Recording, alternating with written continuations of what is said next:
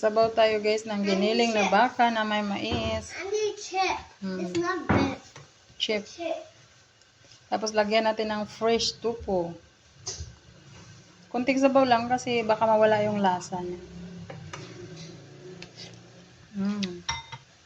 Para lang sa batang makulit. Beef with excuse me.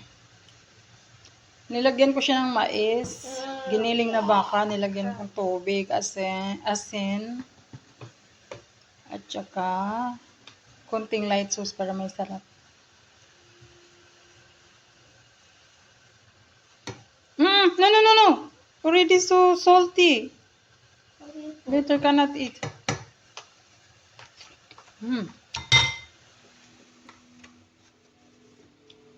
Careful.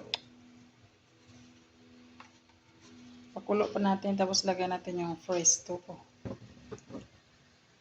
Madali lang ang buhay nito guys, kasi ano to, ginili. Nagbula-bula man siya, oy. Giniling na baka. First time ko gumawa ng ganito. Wala kasing may sabaw. You look like powder. Hmm? This look like powder. Yeah, but it is salt. Careful. Careful, Sunny. This one is not a toy. That one is salt. Pinaglaruan eh.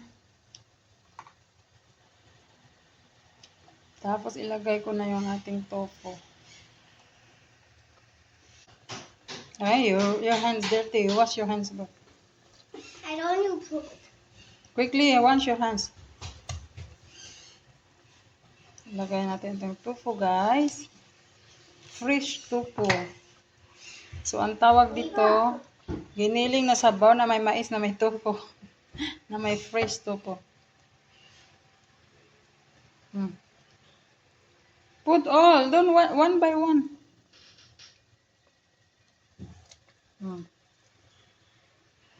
Ganyan siya guys. Gustong gusto yan pag nagluluto ako, tumutulong.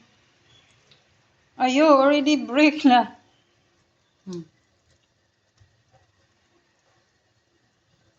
Okay, di may sabaw na siya. One more. Okay, this one wash. Hand. Wash your hands.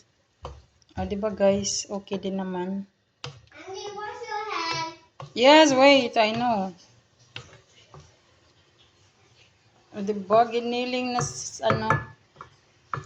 na baka na may mais na may fresh tofu na sabaw.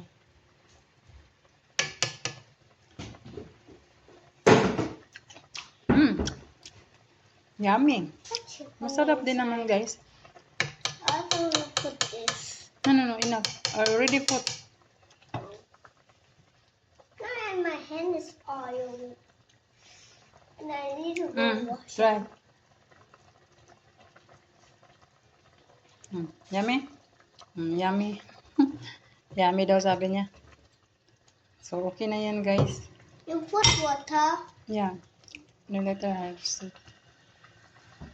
Bye guys. God bless. Salamat ulit sa panonood dito sa 10 and Rev TV. God bless po. Bye.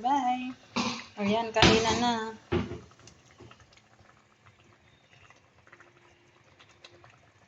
Kumukulo-kulo pa.